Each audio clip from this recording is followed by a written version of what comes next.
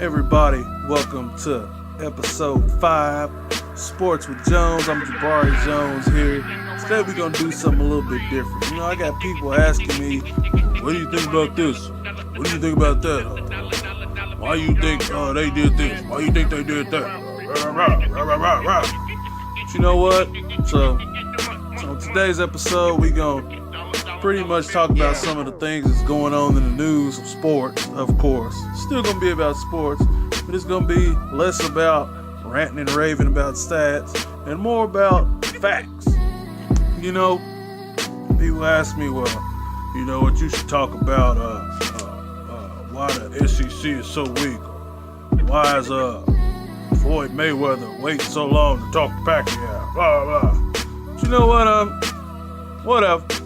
It's whatever y'all want to hear. So, here goes. So, this episode is the episode Sports with Jones. What does it mean?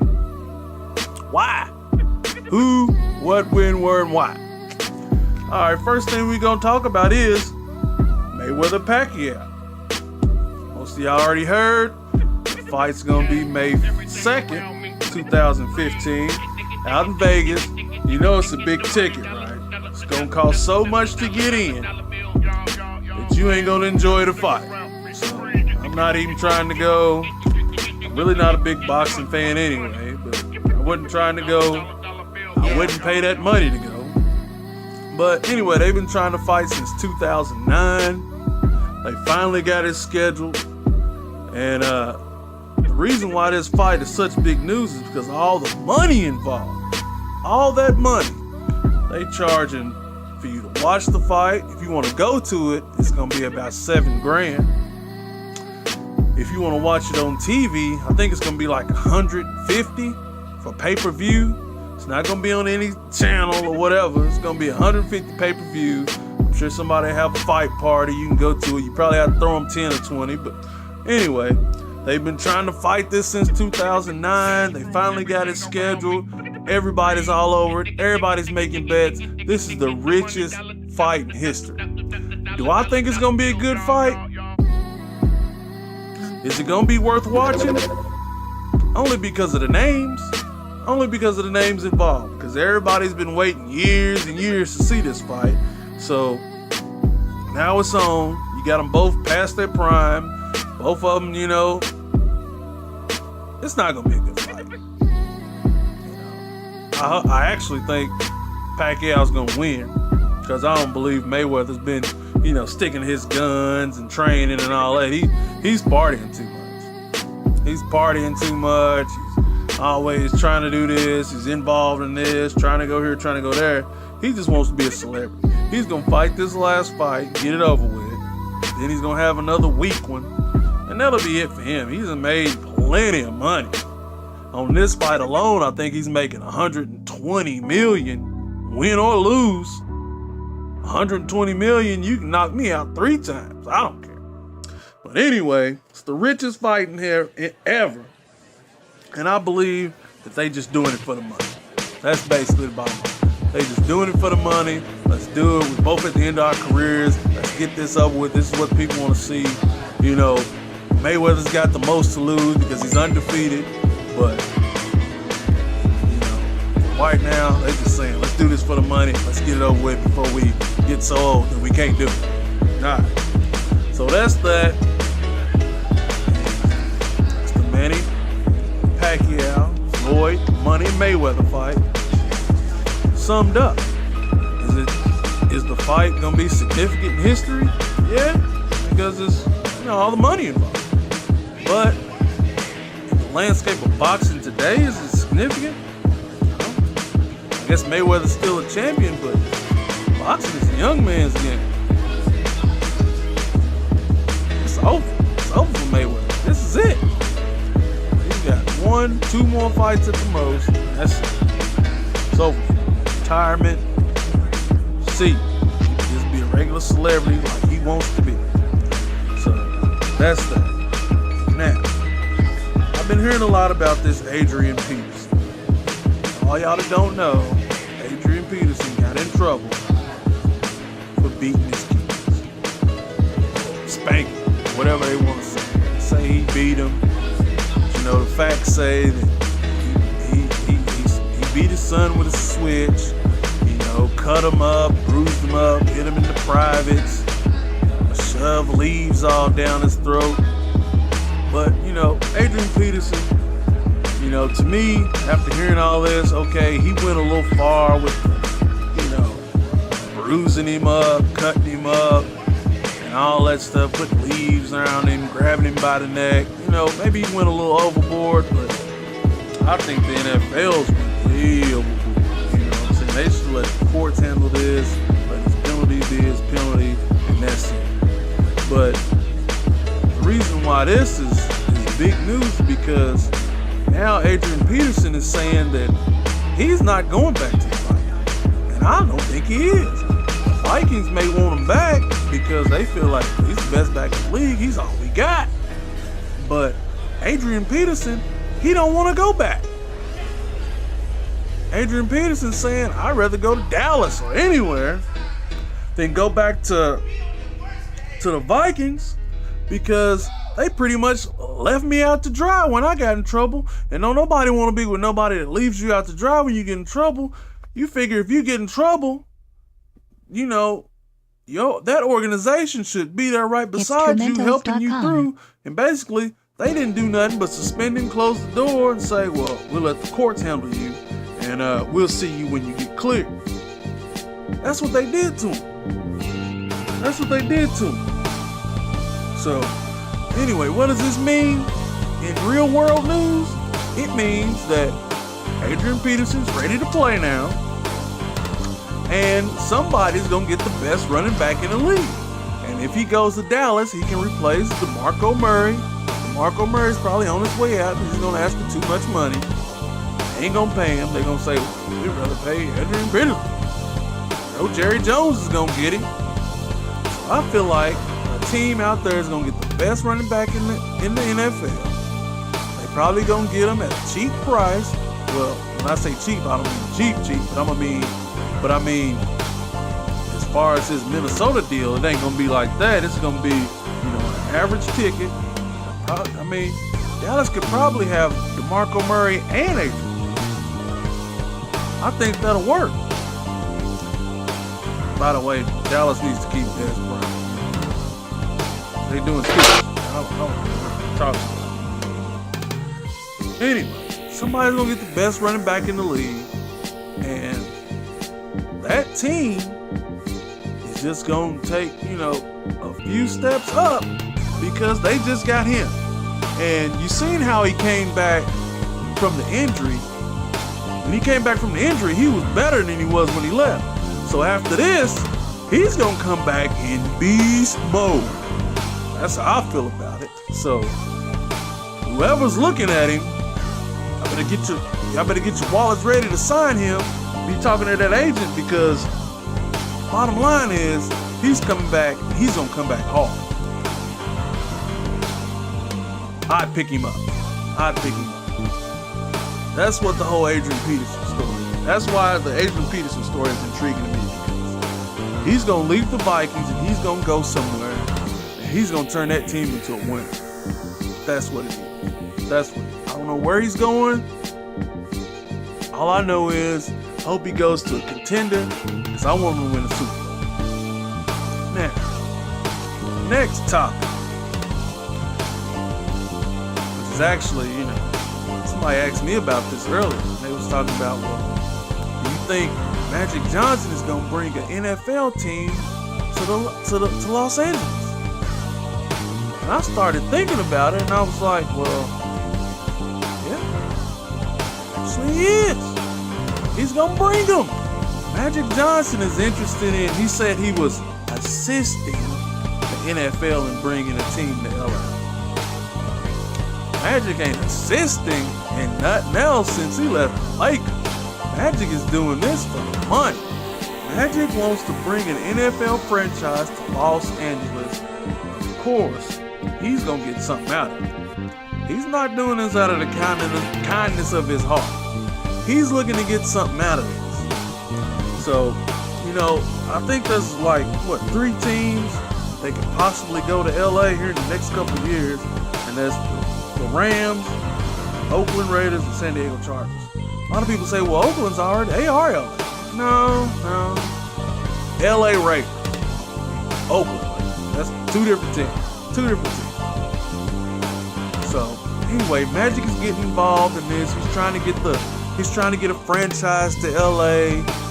Of course, he's probably thinking, I own chunks of these other teams. I might as well get in on this NFL thing and make me some more money. That's what he's trying to do. He's trying to get in on it and make some extra money. So everybody thinks that, the Rams are going, and actually the Rams owner has already got plans to put a stadium up in LA. And Magic just added fuel to the fire, saying, they coming on. We need a team. I love the NFL. All of a sudden, Magic is the biggest NFL fan. That man's about his money. That's all it is. Everybody's like, well, what Magic's doing? Messing with NFL teams. Magic is about his money. He don't care what kind. It could be a soccer club coming to LA. Magic's gonna get money out of it. That's what it is. That's what it is. I mean, that's why that's due. Because, okay, you got a heavy hitter involved. That's getting this out publicly, promoting it. So now you know it's gonna happen. It's gonna happen. So I do think the Rams will go. It's gonna be the LA Rams. Might change the name, they might not. So anyway, big ups to Magic. You getting it done, son. He's getting it done. All right, next topic. Alex Rodriguez reporting to camp. I ain't gonna lie. I don't really follow Alex Rodriguez. All I know is that he was using those drugs, PEDs, performance enhancing drugs. He played on them for a couple years. He got some good stats. They were winning. He was good. They signed him to this major deal, crazy deal. He still got years left on his deal. He's 40 years old. He still got years left on his deal from where he was using drugs. He was playing so good. And they was like, oh man, we got to sign this guy to a 100-year deal. But anyway, he's still on this deal even after sitting out a year. He's coming back. He's 40 years old. He ain't played a game since 2013. And he's coming back. He's ready to get down. But, and I was watching it on TV and, reading some reports. And to me, it looks like the fans have accepted him back. They kind of like, well, we're mad at him, but we hope he can come in and do something positive for the club. We need his leadership. What kind of leadership is that? How is he going to be the leader of the team? You know what I'm saying? But anyway, that's what they're looking for. The Yankee fans accepted him back. Media was all over him. It was like crazy. It was all over the news last couple of days. But, I feel like he'll play this year. He won't be, a major factor. He might help out here and there. They talking about he's going to be a DH. Oh, well. That's A-Rod. He's making all kind of money. He's back playing. He's not banned. He's not Pete Rose. So, he did his time. Let bygones be bygones. Let's see what he can do now. 40 years old. Let's see what he can do this year. And then we'll decide on A-Rod's fate. But, in the long run, I think he'll have a bad year. The Yankees just wasted a huge contract. The Yankees got money, so they can do what they want to do. I'm surprised they didn't cut him. Probably didn't want to waste that, I think it was like $40 million he had coming. And of course, he's not going to turn it down, so whatever. Alright, so next thing I want to address is, I keep seeing these things about UK basketball. How y'all, the only reason y'all undefeated is because y'all playing in the weak SEC and they ain't got nobody to compete with y'all. Okay, first of all, let me explain. We've beaten a few top 10 teams. We've beaten a few top 25 teams. We've beaten Louisville. North Carolina, UCLA, Arkansas, not Arkansas, but who else did we play? Carolina, UCLA, Kansas. Kansas was strength of schedule. We ain't got the toughest schedule in the nation, but I think it's like a top 25 strength of schedule. So to be undefeated, that's pretty good. But anyway, everybody's saying, oh, SEC is weak and all this. But, when I looked at the SEC, standings, I said, well, we got 6 teams. Look like 6 teams is going to make the NCAA tournament. 6 of them. So, the SEC can't be that weak. I don't think the Big East ain't got 6. Big Ten ain't got 6. ACC, who they got that's going to make it? They got, Carolina, Duke, Louisville, NC State. One of them, they might have 6, but when you comparing the SEC to other conferences, how can you say that the SEC is so weak that, that's the only reason why Kentucky's got a winning record? But I guess, haters gonna hate and do what they gotta do. But of course, UK is head and shoulders above, the rest of the teams in the conference, but still, head and shoulders above every team in the nation. So how can you just bank on the SEC like that? I mean, you got Texas A&M, LSU, Arkansas, Georgia, Ole Miss. All of them are going to be in the NCAA tournament. And if we beat them all, some of them we beat twice, how can you say that, the SEC's weak? And of those 6, one don't make it to the tournament. They ain't going to do nothing but go to the NIT and win it. So, whatever. Next news. Sad to see my man Chris Bosh went to the hospital, blood clot in his lungs. When I seen this story, I hope he's doing better, but I thought about what this does for the NBA and the Eastern Conference, because right now the Miami Heat are sitting in, they sitting in 7th place. Yeah, 7th place in the East, and they only like 2 games up, from 2 games from dropping out of the playoffs. So, this injury and Dwayne Wade's injury, I think the Heat might fall out of it. That's going to open the door for Detroit or Indiana to step on up to that AC and get in the playoffs. I hate that for the Heat, but, it is what it is. And, that's the underlying news story around that whole Chris Bosh deal is like, they was expecting Chris Bosh to, lead them into the playoffs. That's what they was gearing up for. They was gearing up, let's get through this regular season, keep Dwayne Wade low, let's get him healthy, get him ready for the playoffs. And they was going to try to make a little playoff push.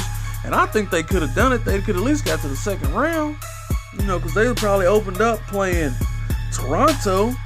And with the experience they had, they might have beat Toronto. Moved on to the second round, but with Chris Bosh hurt, they might not even make the playoffs. So that's what that means.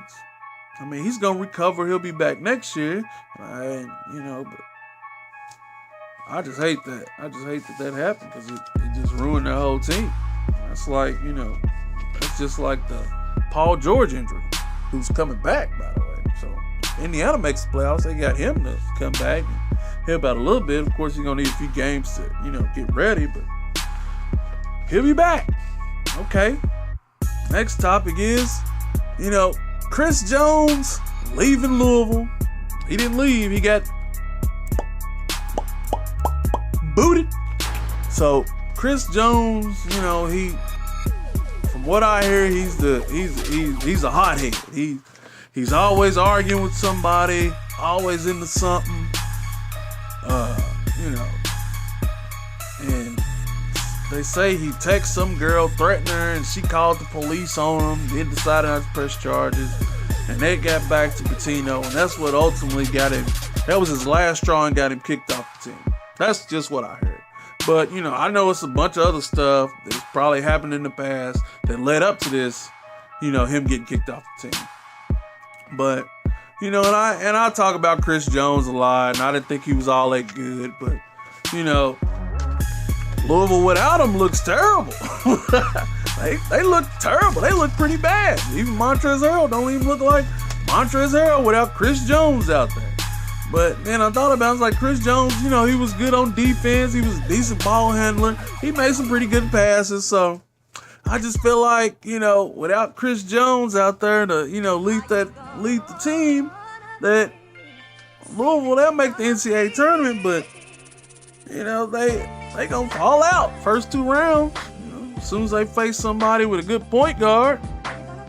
You know, shout out to my man Quentin Snyder. I checked you out a few times when you played at Ballard, but, you know, that was it.